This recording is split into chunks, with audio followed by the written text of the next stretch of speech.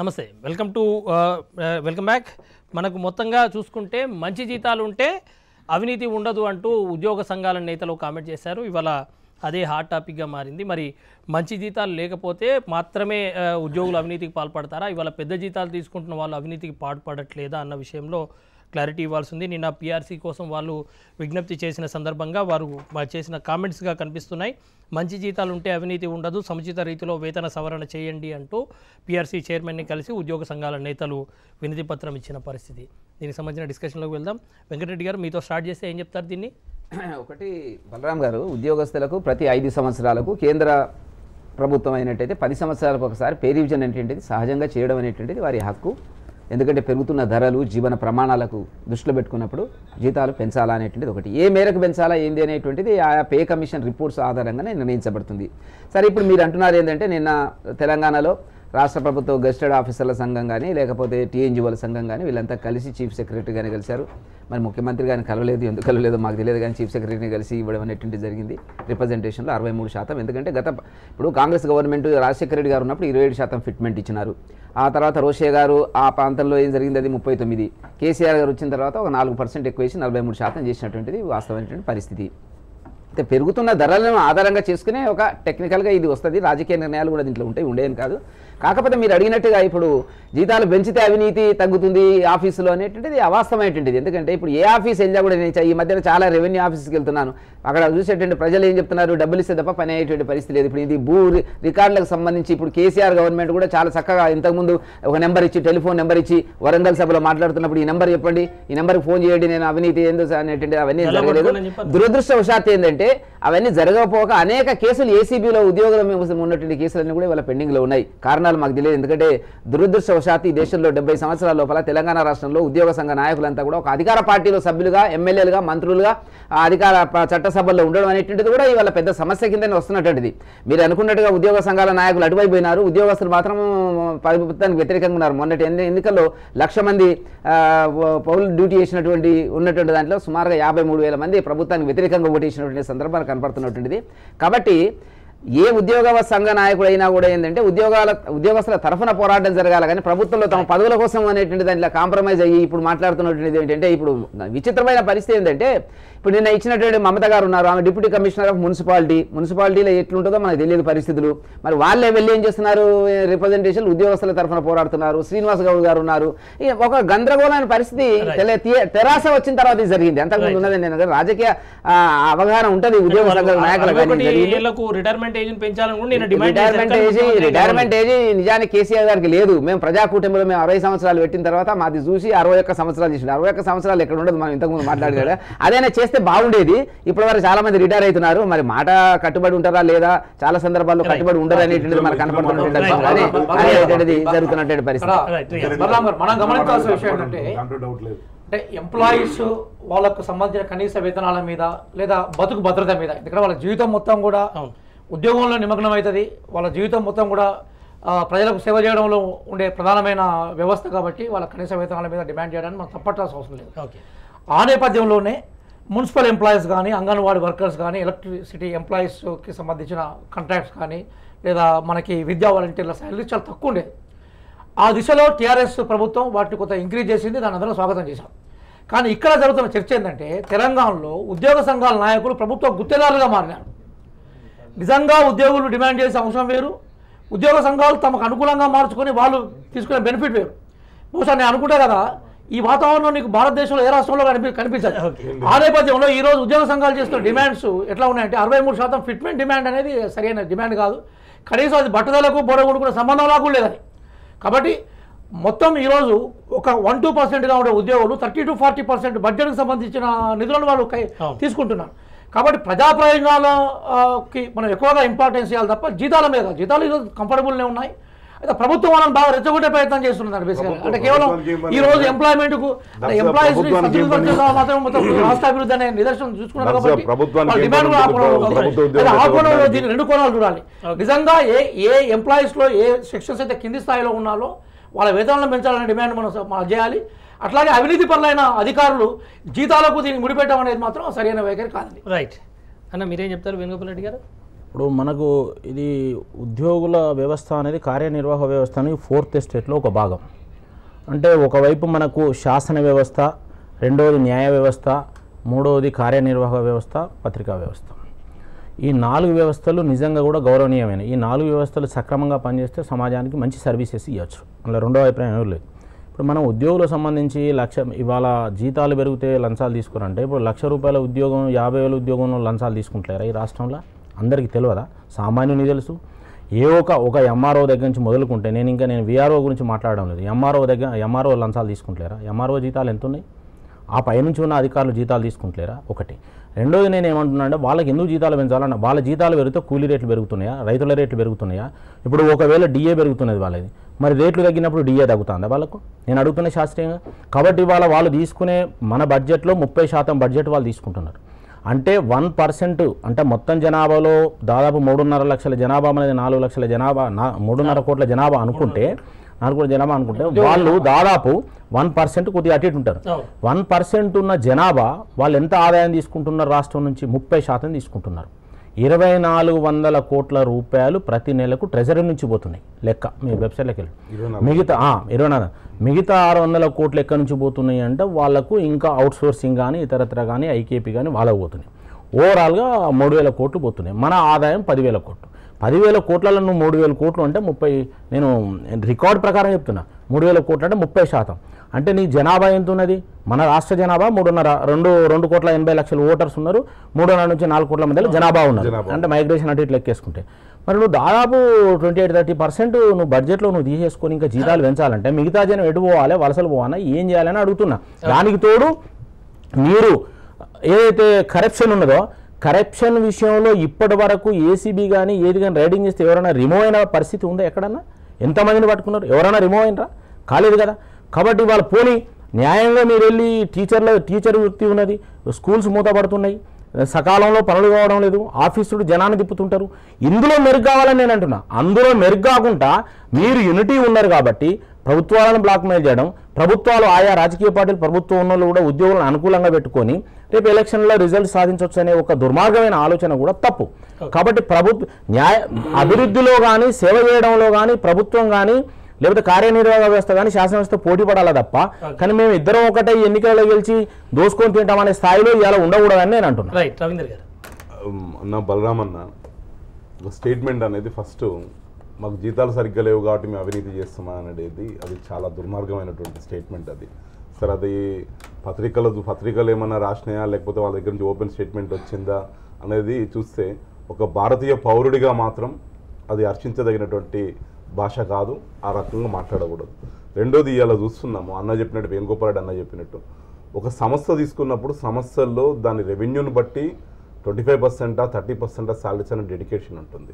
ఇవాళ సంస్థగా ఒక కంపెనీకి ఎంత బాధ్యతగా తీసుకుంటుంటామో, ఒక రెస్టారెంట్ పెట్టినప్పుడు ఇంత percentage of amount goes to the salary, ఇంత percentage of goes to the material purchase అని ఉంటుంది. కానీ ఇక్కడ మనం తీసుకున్నప్పుడు ఏంటంటే ఇవాళ తెలంగాణ రాష్ట్రమే కాకుండా ఇవాళ భారతదేశంలో ఎంప్లాయీస్ శాలరీస్ తీసుకున్నంత బాధ్యతగా ఎంప్లాయీస్ ఉంటున్నారా అనేది ఇలా సగటు ఇవాళ హ్యుమానిటీ ప్రశ్న అనమాట. ఇలా మనం ఎంఆర్ఓ ఆఫీస్లోకి వెళ్తున్నాం, ఎండిఓ ఆఫీస్లోకి వెళ్తున్నాం.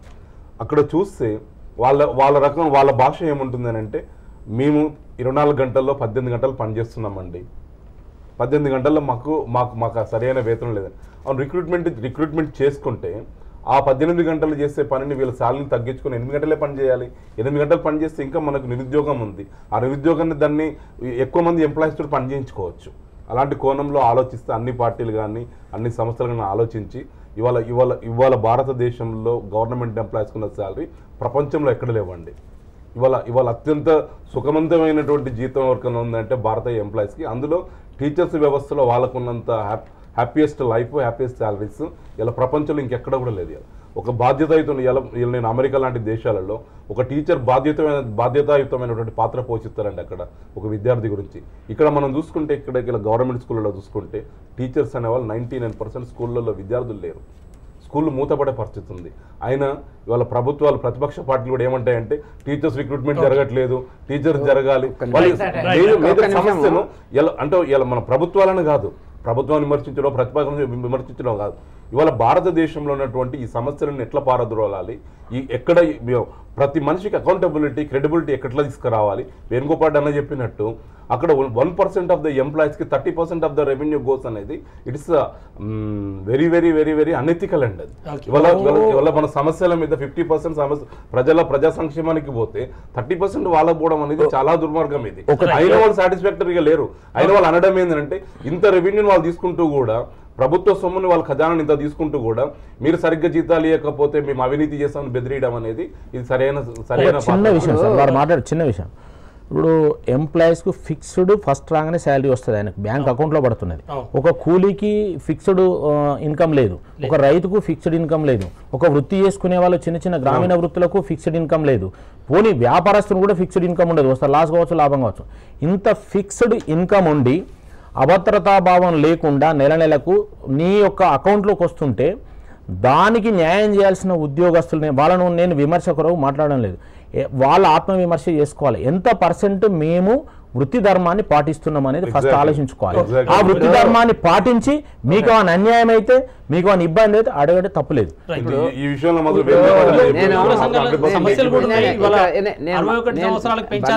నేను మాట్లాడుతున్నటువంటి అంశం ఏంటంటే అవినీతి అనేది ఎవరు చేసినా కూడా తప్పే. అవినీతి గురించి, ఉద్యోగస్తుల అవినీతి గురించి మాట్లాడే ముందు రాజకీయ పార్టీలు, అధికారంలోకి వచ్చినటువంటి వాళ్ళు, పాలిస్తున్నటువంటి వాళ్ళు, ఎమ్మెల్యేలు, ఎంపీలు, మంత్రులు, ముఖ్యమంత్రి స్థాయి వరకు చేస్తున్నటువంటి అవినీతి ప్రభావం అనేటువంటిది ఉద్యోగస్తుల మీద తప్పకుండా ఉంటుంది. వాళ్ళు కలిసి చేసినప్పుడు, ఎందుకంటే రోజు ఆఫీసులో ఏం జరుగుతుందో, ఎమ్మెల్యే ఏం చేస్తుండో, మంత్రి ఏం చేస్తుండో ఉద్యోగస్తులకు తెలుస్తుంది.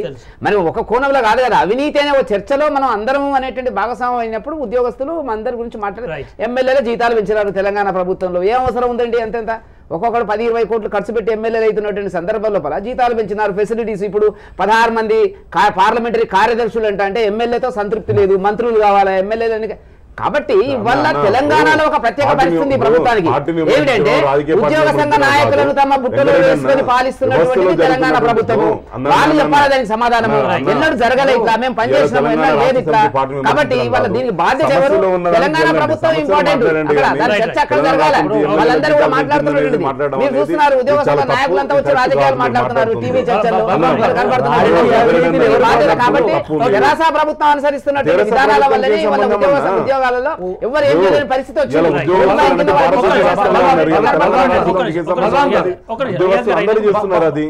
బలరాం గారు, ఈరోజు తెలంగాణ రాష్ట్ర సమితి ఉద్యోగులందరినీ తమ పార్టీ వాలంటీర్గా మార్చాలని కోరుకుంటా ఉంది. దురదృష్టకరమైన వైఖరి.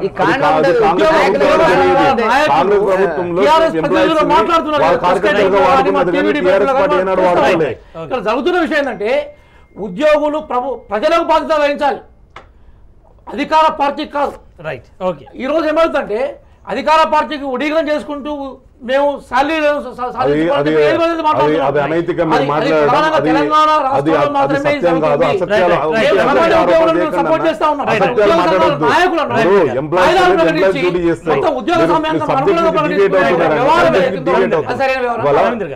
సమస్య అనేది ఇక్కడ సమస్య అనేది మనం తీసుకున్నటువంటి సబ్జెక్ట్ అనేది ఎంప్లాయీస్ సాలరీస్ మీద వాళ్ళ అవినీతి, మీరు సాలరీస్ ఇవ్వకపోతే మేము అవినీతి చేస్తామని దాని మీద అన్ని పక్షాలు జీతాలు ఉంటేనే అవినీతి ఉండదు. ఇవాళ అన్ని పక్షాలు కూడా మాట్లాడాల్సింది ఏంటంటే ఇలా వాళ్ళ జీతాల గురించి, వాళ్ళ జీతాలు ఉన్నోళ్ళు జీతాలు వాళ్ళకి ఆల్రెడీ ఒక భద్రత ఉన్నటువంటి సెక్యూర్డ్ జాబ్ ఉండి వాళ్ళు పిఆర్సీలు పెంచు, ఫిట్మెంట్ పెంచు, ఇలా ఉద్యోగాలు లేని వాళ్ళ గురించి వాళ్ళు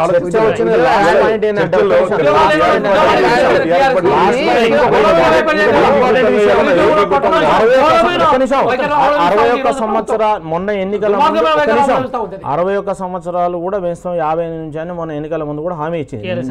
నేను దాన్ని వ్యతిరేకిస్తున్నా. ఎందుకు వ్యతిరేకిస్తున్నా అంటే చివరి వరకు వచ్చిన ఒక ఉద్యోగస్తుడు పీక్ స్టేజ్లో ఉంటుంది శాలరీ, అతను రిటైర్ అయితే ఇంకో కొత్త ఆయనకు ఉద్యోగం వస్తుంది. అంటే ఈయన హాఫ్ శాలరీ పెన్షన్ పోయినా కూడా హాఫ్ శాలరీ ఇంకో కొత్త ఆయనకు ఉద్యోగం వస్తుంది. అయితే ఈ రోజు కేవలం ఎన్నికలలో లబ్ధి కొరకు మాత్రమే 61 సంవత్సరాలను పార్టీలు పోటీ పడాయి. ఇది తప్పు అని చెప్తున్నారు. వాజ్పేయి గారు ఉన్నప్పుడు 60 సంవత్సరాలు చేసినారు. అవినీతి అనేది ముఖ్యమంత్రి ఎమ్మెల్యేల ఎమ్మెల్సీల జీతాలు పెంచేటప్పుడు కూడా ఇంకొక కీలక కీలకమైన అంశం ఉంది. పంచాయతీ ఎన్నికలకు సంబంధించి లైన్ క్లియర్ అయింది. కోర్టులో ఆర్డినెన్స్ పై పంచాయతీ ఎన్నికలకు ఓకే, ఆర్డినెన్స్ పై స్టేకు హైకోర్టు నిరాకరణ, నోటిఫికేషన్లో జోక్యం చేసుకోవడానికి వీల్లేదు అంటూ కామెంట్ చేసిన పరిస్థితి. వెంకటరెడ్డి గారు ఎట్లా చూస్తారు? పంచాయతీ ఎన్నికలకు లైన్ క్లియర్ అయిందని చెప్పి సంతోషించాలా? ఇవాళ బీసీలకు సరైన న్యాయం జరగట్లేదు, ఆర్డినెన్స్ విషయంలో సరైన పద్ధతులు జరగలేదు, అయినా దాన్ని అలౌ చేస్తున్నారని చెప్పి బాధపడాలా? ఇప్పుడు ఒకటి బలరాం గారు, దీని మీద చాలా కాలం నుంచి మనం చర్చ చేస్తున్నటువంటిది, బ్రీఫ్గా చెప్పాలి, జరుగుతున్నటువంటిది. బీసీలకు 34% అనేది గత ప్రభుత్వంలో కొన్ని కోర్టు కండిషన్స్కు లోబడే ఆనాడు అమలుపరిచినటువంటి కాంగ్రెస్ పీరియడ్లో జరిగినటువంటి సంఘటన అది. మరి తెరాస ప్రభుత్వం వచ్చిన తర్వాత దీనికి సంబంధించిన ఒక ఐడియా వాళ్ళకు ఉన్నది. గత 4.5 సంవత్సరాలుగా దీనికి సంబంధించినటువంటిది ఏవైనా చట్టపరమైనటువంటి సవరణలు కానీ ఏర్పాట్లు కానీ చేయవలసినటువంటి బాధ్యత ఉండే. చివరికి ఏంటంటే ఆ ప్రభుత్వం వాళ్ళే ఉన్నారు అధికారంలో కాబట్టి దాన్ని ఇంకా ఎందుకు లేనటువంటి పద్ధతిలో వెళ్ళినట్టుగా మనకు కనపడుతున్నట్టున్నది. కాబట్టి చట్టసభల్లోనే బీసీలకు సరి న్యాయం లేదు అనేటువంటి పరిస్థితి వాళ్ళ చర్చకున్నప్పుడు కనీసం స్థానిక సంస్థల్లో కూడా ఉంటే బాగుండేది. కనీసం ఇప్పటికైనా తెలంగాణ రాష్ట్ర ప్రభుత్వము వచ్చేటువంటి ఈ ఎంపీటీసీ, జడ్పీటీసీ వీటిల్లోనైనా వీళ్ళకి మున్సిపాలిటీలలో సరి అయినటువంటి పద్ధతుల న్యాయం జరిగేటువంటి దాంట్లో చట్టాన్ని సవరించేటువంటి పద్ధతిలో చేస్తే బాగుంటుందని మేము ఆలోచిస్తున్నాం. నేనేమంటున్నా, ఉమ్మడి ఆంధ్రప్రదేశ్లో ఉన్నప్పుడు ఉన్న రిజర్వేషన్ వ్యత్యాసాలు పెరిగినాయి. ఇక్కడ ఎస్సీ ఎస్టీల రిజర్వేషన్స్ పెరిగినాయి, అసెంబ్లీలో పెరిగినాయి. ఇక్కడ తెలంగాణ ఆంధ్రప్రదేశ్ విడిపోయినాక ఇక్కడ పెరిగినాయి. పెరగడం వల్ల దాని ఈక్వేషన్లో బీసీలో తగ్గింది. అంతే తప్ప ఇంకా ఎవరికో తీసుకుపోయి పెట్టింది ఏం కాదు. 50% క్యాప్ వల్ల ఇదైంది. ఒకటి 50% ట్యాప్ కాదు, ఒకటి నేను చెప్పేదేనండి, 50% ట్యాపే కాకుండా కూడా ఇక్కడ ఈ యొక్క ఈక్వేషన్ వల్ల కూడా తగ్గింది. ఈ ఎస్సీ ఎస్టీలో పెరిగినాయి, అయితే పెరిగినాయి. నేనేమన్నానంటే నేనేమన్నానంటే మీద కొట్లాడవాలని, నేను బీసీ రిజర్వేషన్ వ్యతిరేకం కాదు, లేకపోతే ఇంకేదో కాదు, కానీ 50% దాటద్దు సుప్రీంకోర్టు ఆంక్షలు ఏవైతున్నాయో దాన్ని గౌరవించరా అని నేను అడుగుతున్నా. అచ్చా, ఇంకొక విషయం, బీసీలు ఇప్పుడు జనరల్ సీట్లో కూడా పోటీ చేస్తున్నారు కదా, జనరల్ సీట్లో పోటీ చేసి గెలుస్తున్నారు కదా, మరి సమస్య ఉన్నది. ఎంతమంది రావచ్చు, సత్తా ఉన్న వాళ్ళందరూ వస్తారు, సత్తా ఉన్న వాళ్ళందరూ చాలా మంది వస్తున్నారు, చాలా మంది వస్తున్నారు. జనరల్ సీట్లో కూడా అవకాశం ఉంది కాబట్టి చాలా మంది వస్తున్నారు. ఇవాళ చాలా మంది వస్తున్నారు అంటున్నారు.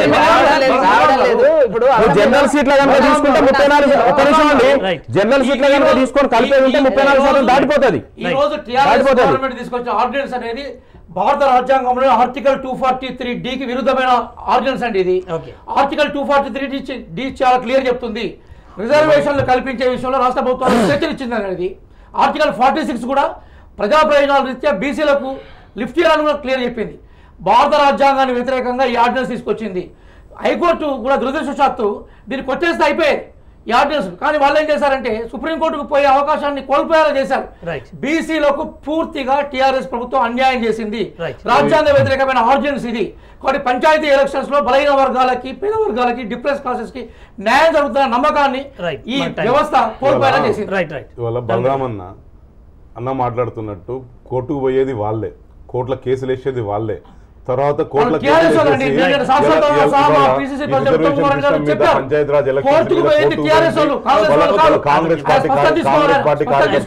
కాంగ్రెస్ పార్టీ సర్పంచులు వెళ్ళి వాళ్ళు వెళ్ళిన తర్వాత జరిగినటువంటి కార్యక్రమము ఇవన్నీ కూడా గడిచిన 4-5 రోజుల చర్చలో మీరు వినే ఉన్నారు. ఏ రకంగా జరిగింది, ఎట్లా జరిగింది ఏదన్నప్పుడు. ఇవాళ మనకు వచ్చినది ఏంటంటే పంచాయతీరాజ్ ఎలక్షన్స్ మీద కోర్టుకు వెళ్తే కోర్టు ఏమన్నది పంచాయతీ ఎలక్షన్ జరిపించుకోండి అని చెప్పి సుప్రీంకోర్టు రూల్స్ ప్రకారంగా 50% రిజర్వేషన్ బేస్ చేసుకుని ఇలా వెళ్ళింది. ఇవాళ మీరు ఒకటి గమనించాలి, స్థానిక సంస్థలలో ఇలా భారతదేశంలోనే ఎక్కడ లేనంతగా మహిళలకు రిజర్వేషన్ ఇచ్చిన ఏకైక రాష్ట్రం తెలంగాణ. మామూలుగా బీసీలకు అన్యాయం జరుగుతుందనే దాంట్లో రెండో ఆలోచన వరకు లేదు. ఇప్పుడు మొన్న తెలంగాణలో జరిగిన ఎన్నికల లోపల 39 మంది రెడ్డిలు గెలిచారు, 10 మంది వెలుమలు గెలిచారు, 5 కమ్మలు గెలిచారు, 2 బ్రాహ్మణులు గెలిచారు. అంతా కలిపితే మొత్తం 90 సీట్లలో రిజర్వ్గా ఉన్నటువంటి వాళ్ళు. కాబట్టి బీసీలకు 23 మంది బీసీలు గెలిచిరండి అన్ని పార్టీలలో. కాబట్టి అన్యాయమే అది. ఇలా మనం ఏదన్నా మనం ఓపెన్లో వస్తున్నారు చేస్తున్నటువంటిది మాత్రం రావడం లేదు. కాబట్టి బీసీలకు న్యాయం జరగాల. బీసీలలో కూడా ఒక 5-6 కులాలే కొంత ముందుకు వచ్చినట్టుంది, మిగతా వాళ్ళకు కూడా మోస్ట్ అధికారం ఇవ్వడం కోసమే ఈ ఆర్డినెన్స్ తీసుకొచ్చారండి. బీసీల వ్యతిరేకమైన ప్రభుత్వం అనే విషయాన్ని స్పష్టంగా గుర్తించాలి.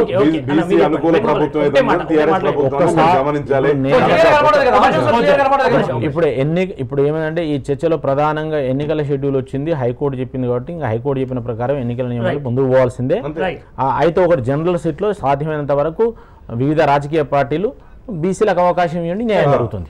వేణుగోపాల్ అన్న చెప్పినట్టు ఇంకా అంటే గుర్తు లేదు. రిజర్వేషన్ కానీ- అన్రిజర్వ్డ్ దగ్గర ఉన్న దగ్గర అంత కాంగ్రెస్ పార్టీకి టీజేఎస్ బీసీల ప్రేమ ఉంటే వాళ్ళు బీసీలు ఆధిపత్య వర్గాల ప్రభు ఇవ్వాల్సిందే. సుప్రీంకోర్టు 50% దాటొద్దని చెప్పింది. అసలు మన 50% ప్రధానమంత్రి అనుకూలంగా నివేదిక TRS రాయడం ప్రభుత్వం ఒకరు పోయింది. ఇష్టం కానీ ఇవాళ Thank you. మహిళలకు ప్రధానమంత్రిని రిజర్వేషన్ ముఖ్యమంత్రి గారు సపరేట్ ఇవాళ ప్రస్తావన లేదు. ఒక విషయం చెప్తుంటే ఓకే. ఎవరైనా రిజర్వేషన్ కంటే ముందు సామర్థ్యాన్ని పెంచుకునే ప్రయత్నం చేయాలి. డిస్కషన్ లో పాల్గొన్న డాక్టర్ రియాజ్ గారు, వెంకటరెడ్డి గారు, వేణుగోపాల్ రెడ్డి గారు, రవీందర్ గారు, మొత్తంగా అందరికీ ధన్యవాదాలు. ఇది మొత్తంగా డిస్కషన్. పంచాయతీ ఎన్నికల మీద కోర్టు క్లియర్ చేసినప్పటికీ ఆర్డినెన్స్ మీద ఇప్పటికీ అది రాజ్యాంగ విరుద్ధంగా జరిగింది, అదేవిధంగా బీసీలకు కూడా అన్యాయం జరిగిందన్న ఆందోళన అయితే కొనసాగుతున్న పరిస్థితి. ఇది ఇవాల్టి న్యూస్ రివ్యూ. మరికొన్ని అంశాలతో రేపు కలుద్దాం.